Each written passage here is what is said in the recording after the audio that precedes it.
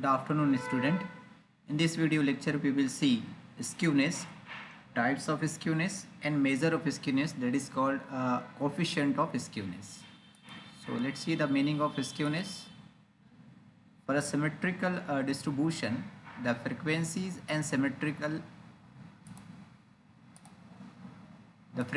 are symmetrical distributed about the mean, that is observation equidistance from the mean have equal frequencies. Also in case of symmetrical distribution the mean, mode and median are coincide. देखो एक graph हमको draw करना है जो observation और उसकी frequency के against में है.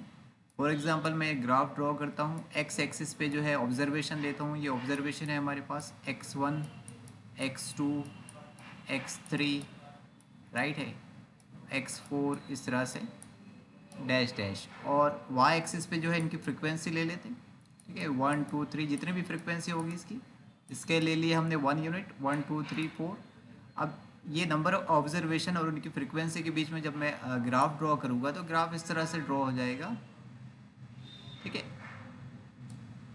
अगर ग्राफ हमारा सिमेट्रिकल है, सिमेट्रिकल डिस्ट्रीब्यूशन अगर है, फ्रिक्वेंसी और ऑब्जर्वेशन अगर सिमेट्रिकल है तो ग्राफ जो है वो इस तरह से बनेगा, और जो मीन, मोड, मीडियन है ऑब्जर्वेशन की वो तीनों के तीनों कोइंसाइड हो जाएगी, मतलब तीनों की वैल्यू इक्वल आ जाएगी.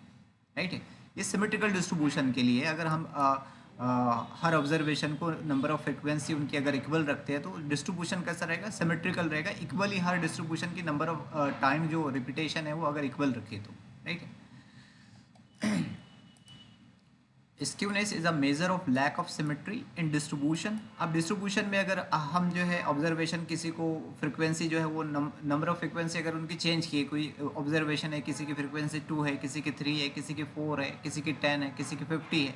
राइट है, इस तरह से अगर हमने डेटा लिए हैं तो स्क्यूनेस जो है वो मेज़र करके बताएगा कि ये ग्राफ जो है वो किस तरह से आपका चेंज होगा. राइट है, किस तरह से स्कैटर्ड होगा, किस तरह से इसका फैलाव किस तरफ से जो है वो जाएगा. राइट है, तो skewness indicate whether the curve is turn more to one side than other. Right है, तो ये कर्व जो है तुम्हारा सिमेट्रिकल नहीं होगा, फिर ये असिमेट्रिकल हो जाएगा. असिमेट्रिकल हो जाएगा तो कभी कर्व जो है वो इस तरह से हो जाएगा. राइट है, कभी राइट हैंड साइड में ज़्यादा स्कैटर्ड हो जाएगा, या फिर कभी इस तरह से हो जाएगा, लेफ्ट हैंड साइड में ज़्यादा स्कैटर्ड हो जाएगा, इस तरह से. तो ये जो स्कैटर्डनेस है इसी को कैलकुलेट करने के लिए स्क्यूनेस का यूज़ करते हैं. राइट है, तो skewness indicate whether the curve is turn more to one side than other, that is whether the curve has longer tail on one side. वही मतलब हुआ इसका. वन टेल मतलब ये जो स्कैटर्ड हो गया ग्राफ इसका, तो राइट हैंड साइड में स्कैटर्ड हो गया इसका, जो राइट हैंड साइड में स्कैटर्ड हुआ इसलिए इसकी टेल जो है वो राइट हैंड साइड में चलेगी. कर्व अगर लेफ्ट हैंड साइड में स्कैटर्ड हो गया तो उसकी टेल जो है वो लेफ्ट हैंड साइड में है. तो स्क्यूनेस हमको ये बताता है कि कर्व जो है वो किस तरह से जो है वो स्कैटर्ड हो रहा है. ठीक है, when we talk about normal distribution, the data symmetrically distributed. Normal distribution जो हमने ऑलरेडी पढ़े हैं, चैप्टर नंबर 3 में पढ़े हैं. राइट है, नॉर्मल डिस्ट्रीब्यूशन, तो उसके अंदर जो डाटा रहता है वो सिमेट्रिकली डिस्ट्रीब्यूटेड रहते हैं. अगर आपको याद होगा तो हम हर प्रॉब्लम के अंदर इस तरह से बेल शेप का जो है कर्व यूज़ कर रहे थे. राइट है, उसके अंदर हमारे को एरिया ऑफ कर्व जो है वो दिया रहता था. राइट है, अगर आपने देखे नहीं वो तो वो वीडियो भी अपलोडेड है, वो वीडियो भी देख सकते हैं. तो अगर नॉर्मल डिस्ट्रीब्यूशन की बात हो रही है तो हमारा जो कर्व है वो सिमेट्रिकली डिस्ट्रीब्यूटेड रहेगा. सिमेट्रिकली डिस्ट्रीब्यूटेड रहेगा मतलब वो इक्वली डिस्ट्रीब्यूटेड रहेगा लेफ्ट हैंड साइड में भी और राइट हैंड साइड में भी. ठीक है, the symmetrical distribution has zero skewness as mean is equal to median is equal to mode, that is Q3 minus median is equal to median minus Q1. Right है, तो अगर data symmetrically distributed है, इस तरह से symmetrically है, तो mean is equal to median is equal to mode हो जाएगा, और कर्व जो है हमारा इस तरह से आ जाएगा, और स्क्यूनेस जो है वो जीरो हो जाएगा. मतलब कर्व जो है वो किसी भी साइड में स्कैटर्ड नहीं होगा, बराबर इक्वली डिस्ट्रीब्यूट रहेगा दोनों साइड में. ठीक है, अब ये जो यहाँ पे दिया है आपको Q3 मतलब कर्टाइल्स है जो हम ऑलरेडी पढ़ चुके हैं. राइट है, Q1 फर्स्ट कर्टाइल है, Q3 थर्ड कर्टाइल है. तो कर्टाइल क्या करता है, पूरे डेटा को 4 इक्वल पार्ट में डिवाइड करता है, और 4 इक्वल पार्ट में डिवाइड करने के लिए हमको हमारे पास कर्टाइल के 3 वैल्यूज़ होती हैं. ठीक है, ये हमने पढ़े. जैसे फॉर एग्जांपल ये पूरी जो लाइन है जो एक्स एक्सिस दिख रही है, ये पूरा आपका डाटा है, ये 0 से लेके 100 सपोज कर लो इसको. तो इसको 4 इक्वल पार्ट में डिवाइड करने के लिए मेरे पास 3 वैल्यूज़ लगेंगी मुझे, राइट है, 3 वैल्यूज़ लगेगी। ये फर्स्ट वैल्यू सपोज मैं इसको Q1 से डिनोट कर देता हूँ, ये फर्स्ट कर्टाइल हो जाएगा। सेकंड वैल्यू एकदम मिड में आ जाएगी, राइट है, ये Q2, राइट। कर्टाइल और सेकंड कर्टाइल और मीडियन इक्वल होते हैं, ये हमने पढ़े थे, राइट है। उसके बाद थर्ड वैल्यू जो है वो 75% पे आ जाएगी, इसको Q3 से हम डिनोट करते हैं, राइट है। तो कर्व हमारा अगर सिमेट्रिकल रहेगा तो हमारे पास ये रिलेशन रहेगा, means third quartile minus median की value equal to median minus first quartile की वैल्यू रहेगी। मतलब थर्ड कर्टाइल माइनस मीडियन करूँगा तो मेरे पास ये इतना डिस्टेंस आ जाएगा, है ना। थर्ड कर्टाइल माइनस मीडियन करेंगे तो इतना डिस्टेंस आ जाएगा, ठीक है। और मीडियन माइनस फर्स्ट कर्टाइल करेंगे तो इतना डिस्टेंस आ जाएगा। और ये दोनों भी डिस्टेंस कैसे है, इक्वल है, ये डिस्टेंस और ये डिस्टेंस दोनों भी इक्वल हो गया। तो यही यहाँ पे ये इक्वेशन यही बता रहे हैं कि डाटा हमारा सिमेट्रिकल रहेगा तो फिर ये Q3 minus median is equal to median minus Q1 होगा, ठीक है। तो when data is symmetrically distributed the left hand side and right hand side contain the same number of observation, बिल्कुल वही बात है, राइट है। ग्राफ इक्वल है, डिस्ट्रीब्यूटेड है, तो नंबर ऑफ ऑब्जर्वेशन भी कैसे रहेगा, लेफ्ट हैंड साइड और राइट हैंड साइड में इक्वली डिस्ट्रीब्यूटेड होगी, ठीक है। But what if not symmetrical distributed, अगर सिमेट्रिकल डिस्ट्रीब्यूटेड नहीं होगा तो फिर क्या होगा, that data is called asymmetrical data and that time skewness comes into the picture, right है। तो अगर डाटा हमारा सिमेट्रिकल नहीं होगा तो फिर हमारे को स्क्यूनेस की ज़रूरत पड़ेगी उसकी स्कैटर्डनेस कैलकुलेट करने के लिए, ठीक है। तो ये होता है स्क्यूनेस। स्क्यूनेस मतलब सिंपल वर्ड में अगर बोले तो कर्व का जो है, कर्व अगर हम ड्रॉ करते हैं ऑब्जर्वेशन और उसकी फ्रिक्वेंसीज के अगेंस्ट में, और वो अगर असिमेट्रिकल डाटा है तो फिर उसका कर्व जो है, कर्व का जो स्कैटर्डनेस है उसको कैलकुलेट करने के लिए हम स्क्यूनेस कैलकुलेट करते हैं। टाइप ऑफ स्क्यूनेस, फर्स्ट है पॉजिटिव स्क्यूनेस और इसको राइट स्क्यूड भी बोलते हैं, राइट है। If the right tail is longer then,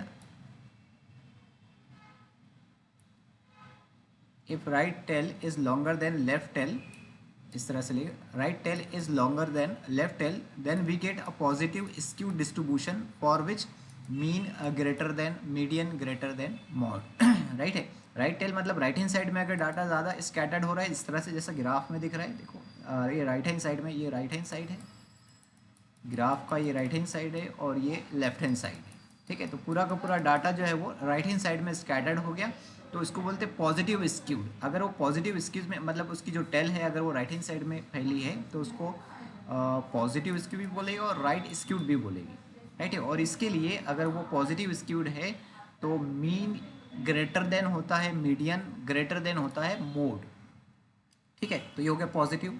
उसके बाद नेगेटिव स्क्यूड और लेफ्ट स्क्यूड। तो if the left tail is longer than right tail we get a negative skewed distribution for which mean less than median less than mode होता है, right है। जिस तरह से ये फिगर में आप देखो लेफ्ट टेल जो है इसकी लेफ्ट हैंड साइड में डाटा जो है वो पूरा स्कैटर्ड हो गया है, तो इसको बोले कि ये जो लेफ्ट टेल है इसकी वो लॉन्गर है, लॉन्गर देन राइट टेल है, राइट है। तो इसको बोलते हैं नेगेटिव स्क्यू और इसके लिए जो मीन होता है वो less than median less than mode होता है, ठीक है। उसके बाद measure of skewness, measure of skewness हमको कैलकुलेट करना है। Measure of skewness is called the coefficient of skewness and it gives an idea about the extent of skewness, right है। मेजर ऑफ स्क्यूनेस को ही कोफिशिएंट ऑफ स्क्यूनेस बोलते हैं। अभी इसका एक फॉर्मूला है जो आपको याद रखना है, curl Pearson coefficient of skewness, it is denoted by SK and defined as SK is equal to mean minus mode divided by standard deviation, right है। तो ये फॉर्मूला है, एक और फॉर्मूला है इसका। तो if the mode is not well defined then we use the formula SK is equal to 3 into mean minus median divided by standard deviation। ये दोनों फॉर्मूले एक ही है। by using the relationship, ये हमारे पास रिलेशनशिप है जो आपको याद रखना है। इसी रिलेशनशिप से हमने ये सेकंड फॉर्मूला जनरेट की, mode is equal to 3 median minus 2 mean, right है। अब ये if mode is not well defined का मतलब क्या है, मोड की वैल्यू कभी भी यूनिक नहीं होती है, राइट है। कभी आती है कभी यूनिक नहीं आती। फॉर एग्जांपल अगर मैं आपको ये डेटा दूँ कि इसका मोड कैलकुलेट करो 3, 4, 5, 3, 8, राइट है। तो इसका मोड क्या होगा, इसका मोड होगा और कॉमा करके इसको कर देते 8। इसका मोड क्या होगा, इसका नंबर ऑफ फ्रिक्वेंसी कैलकुलेट करेंगे तो देखो 4 की फ्रिक्वेंसी 1 है, 5 की फ्रिक्वेंसी 1 है और 3 की फ्रिक्वेंसी 2 है और 8 की भी फ्रिक्वेंसी 2 है। 3 और 8 की फ्रिक्वेंसी मैक्सिमम है 2 2, तो 3 भी इसका मोड हो गया और 8 भी इसका मोड हो गया, राइट है। तो ये वेल डिफाइंड नहीं है। वेल डिफाइंड कब होगा, जब मोड जो है वो यूनिक आएगा, मोड की वैल्यू यूनिक आएगी। तो मोड की वैल्यू यहाँ पे 2 होगी, तो ये फॉर्मूला आप यहाँ पे यूज़ नहीं कर सकते। आप मोड की वैल्यू क्या रखेंगे, 3 रखेंगे कि 8 रखेंगे। 3 के लिए आंसर कुछ और आएगा, 8 के लिए आंसर कुछ और आएगा, राइट है। तो उस कंडीशन में हम ये मोड का ये जो फॉर्मूला है हमारे पास, ये जो रिलेशन है mode is equal to 3 median minus 2 mean, वो यहाँ पुट करते हैं तो ये हमारे पास नया फॉर्मूला जनरेट हो जाता है। तो जब मोड हमारा वेल डिफाइंड नहीं होता तो हम ये वाला फॉर्मूला यूज़ करते हैं, S K is equal to 3 into mean minus median divided by standard deviation. दोनों एक ही फॉर्मूले हैं, मोड की वैल्यू सिर्फ यहाँ पे हमने पुट करी है, ठीक है। एग्जाम्पल सॉल्व करेंगे हम। For a distribution Karl Pearson coefficient of skewness is 0.64, coefficient of skewness आपको दिया है 0.64, स्टैंडर्ड डेविएशन दिया है 13 and mean is 59.2, find mode and median. तो देखो क्या क्या गिवन है आपके पास। गिवन है S K coefficient of skewness is equal to 0.64, standard deviation 13, mean is equal to 59.2 और मोड और मीडियन कैलकुलेट करना है। तो हम मोड कैलकुलेट कर सकते हैं। Karl Pearson coefficient of skewness का फॉर्मूला है हमारे पास, S K is equal to mean minus mode divided by standard deviation. Value put करेंगे जो गिवन है हमारे पास, कोफिशिएंट ऑफ स्क्यूनेस है 0.64, mean is equal to 59.2, minus mode हमको कैलकुलेट करना है, डिवाइडेड बाय स्टैंडर्ड डेविएशन 13। तो 13 को साइड में शिफ्ट करेंगे तो ये बन जाएगा आपके पास 0.64 into 13 8.32 is equal to 59.2 minus mode. Mode को मैं साइड में शिफ्ट करता हूँ, 8.32 को साइड में शिफ्ट करता हूँ, तो मोड इज इक्वल टू हो जाएगा 59.2 माइनस 8.32। इसको कैलकुलेट करेंगे तो आंसर बन जाएगा मोड इज इक्वल टू 50.88। अब हमको कैलकुलेट करना है मीडियन। तो mode is equal to formula है हमारे पास, मोड इज इक्वल टू होता है 3 मीडियन माइनस 2 मीन, ठीक है। मोड की वैल्यू हमने कैलकुलेट की है, मीन की वैल्यू हमारे को क्वेश्चन में दिया है, राइट है। अब इसको सॉल्व करेंगे इस इक्वेशन को मीडियन के लिए। 3 मीडियन इज इक्वल टू, ये पूरी वैल्यू को मैं साइड में शिफ्ट कर दिया, वो माइनस है, इधर आने के बाद प्लस हो गया। इसको कैलकुलेट करेंगे तो आंसर आ जाएगा 169.28, 3 से डिवाइड कर देंगे पूरी इक्वेशन को, तो मीडियन इज इक्वल टू आ जाएगा 56.43, ठीक है। तो मीडियन और मोड कैलकुलेट करने के लिए बताया था, हम दोनों वैल्यू कैलकुलेट कर लिए। नेक्स्ट क्वेश्चन है, find the coefficient of skewness for the following data. Coefficient of skewness calculate करना है। तो कोफिशिएंट ऑफ स्क्यूनेस का फॉर्मूला है हमारे पास, S K is equal to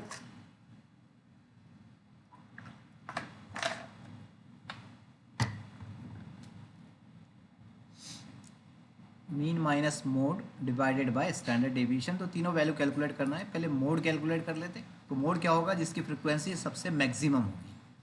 तो 3 की फ्रिक्वेंसी 4 है, 4 की फ्रिक्वेंसी 9 है, 5 की 10 है और 6 की 8 है, 7 की 6 है, तो मैक्सिमम है 10, ठीक है। Frequency of 5 is maximum 10, therefore mode is equal to 5। S K is equal to है हमारे पास coefficient of skewness mean minus mode divided by standard deviation. Mode तो हमने कैलकुलेट कर लिए, अब हमको कैलकुलेट करना है मीन और स्टैंडर्ड डेविएशन। और ये जो डाटा है हमारा डिस्क्रिट सीरीज़ का डाटा है, इसके लिए मीन और स्टैंडर्ड डेविएशन का फॉर्मूला क्या है, mean is equal to X bar is equal to summation F X upon N, standard deviation is equal to under root of summation F D square upon N. D जो है यहाँ पे क्या है, deviation है, x minus x बार है, right है। तो पहले हमको मीन एक्स बार की वैल्यू कैलकुलेट करना पड़ेगा, उसके बाद हम डेविएशन कैलकुलेट कर सकते हैं। तो एक्स बार के लिए क्या कैलकुलेट करेंगे, समेशन एफ एक्स और एन की वैल्यू कैलकुलेट कर लेते हैं। तो ये एक्स है ऑब्जर्वेशन, ये उसकी फ्रिक्वेंसी है, फ्रिक्वेंसी को ऐड किए तो समेशन एफ, और समेशन एफ ही क्या होता है, एन होता है। N is equal to summation F is equal to 37। F X calculate करेंगे, एफ और एक्स वाले कॉलम को मल्टीपल करेंगे, 3 ज़ा 4 12, 4 ज़ा 9 36, 5 ज़ा 10 50, 6 ज़ा 8 48, 7 ज़ा 6 42, और ये सबको ऐड करेंगे तो आंसर आ जाएगा 188। ये आंसर आया आपके पास समेशन एफ एक्स का। एक्स बार का फॉर्मूला है हमारे पास summation F X upon N. Summation F X की वैल्यू 188 डिवाइडेड बाय ये 37, इसको सॉल्व करें तो आंसर आया 5.08। नेक्स्ट हमको कैलकुलेट करना है डेविएशन, एक्स माइनस एक्स बार की वैल्यू हमने कैलकुलेट की है 5.08, ठीक है। तो ये x में से 5.08 को सब्ट्रैक्ट कर देंगे, तो 3 माइनस 5.08, उसके बाद 4 माइनस 5.08, उसके बाद 5 माइनस 5.08, राइट है। तो ये आंसर आते जाएगी यहाँ पे, ठीक है। अब ये डेविएशन का स्क्वायर करना डी स्क्वायर, तो इसका स्क्वायर कर दिए, माइनस 2.08 का स्क्वायर 4.3264, माइनस 1.08 का स्क्वायर माइनस 0.08 का स्क्वायर, और ये सब स्क्वायर किए, राइट है। अब हमको कैलकुलेट क्या करना है, एफ इंटू डी स्क्वायर, क्योंकि एफ है सेकंड कॉलम में और सेकंड लास्ट कॉलम में डी स्क्वायर है, दोनों का मल्टीपल किए तो ये कॉलम आ गया और इन सब की सम कर दी, ठीक है। अब स्टैंडर्ड डेविएशन के फॉर्मूले में रख देंगे, standard deviation is equal to होता है under root summation F D square upon N, F D square की वैल्यू 56.7568 ये पुट किए, डिवाइडेड बाय एन, एन मतलब समेशन एफ 37, कैलकुलेट करेंगे तो आंसर आएगा 1.2385। तो स्टैंडर्ड डेविएशन भी आ गया, यहाँ पे मीन भी कैलकुलेट कर लिए और मोड तो हमने स्टार्टिंग में कैलकुलेट कर लिए थे। तो कोफिशिएंट ऑफ स्क्यूनेस के फॉर्मूले में पुट कर देते तीनों की वैल्यू, मीन की वैल्यू पुट किए, ये है मोड और divided by standard deviation, calculate करें तो आंसर आए 0.065। तो इस तरह से कोफिशिएंट ऑफ स्क्यूनेस हम कैलकुलेट करते हैं। ये क्वेश्चन है बिल्कुल सेम है और बिल्कुल बहुत आसान क्वेश्चन है, पूरा कैलकुलेशन करने की ज़रूरत भी नहीं पड़ेगी, आपका आंसर आ जाएगा। तो आंसर आएगा आपका 0, ठीक है। ये क्वेश्चन कैलकुलेट करके देखना है आपको, अगर इसमें डाउट आते हैं तो डाउट मेरे से पूछना है। तो ये चैप्टर हमारा यहाँ पे एंड हो गया है, नेक्स्ट वीडियो लेक्चर से हम स्टार्ट करेंगे unit number 5। Thank you for watching this.